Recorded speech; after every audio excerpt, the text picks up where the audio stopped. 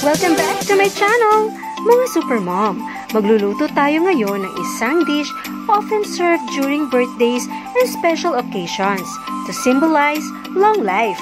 It is prepared using a variety of ingredients which makes it look festive. Maraming way or version sa pagluluto ng dish na ito. Kaya this time, ipapakita ko sa inyo ang aking own version of Pancit Canton.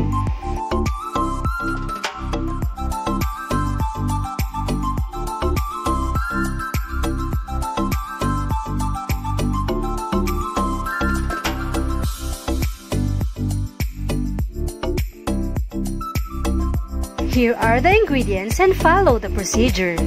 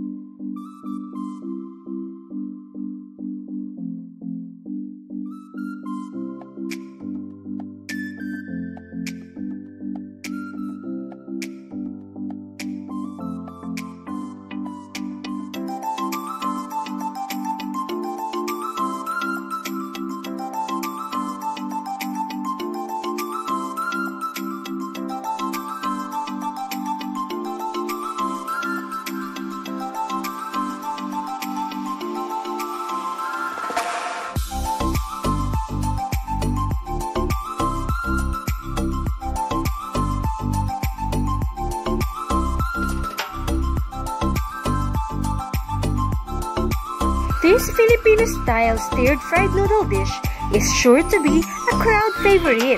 I added so much stuff every bite is more vegetables and meat than noodles. Ready na ba ang mga plato nyo? So try this recipe!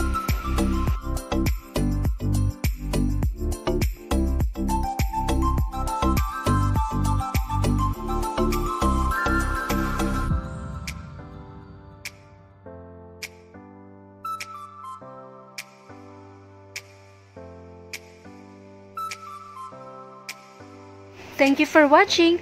Please don't forget to subscribe, like, share, and hit notification bell para lagi kayong updated sa mga bago kong recipe and cooking videos.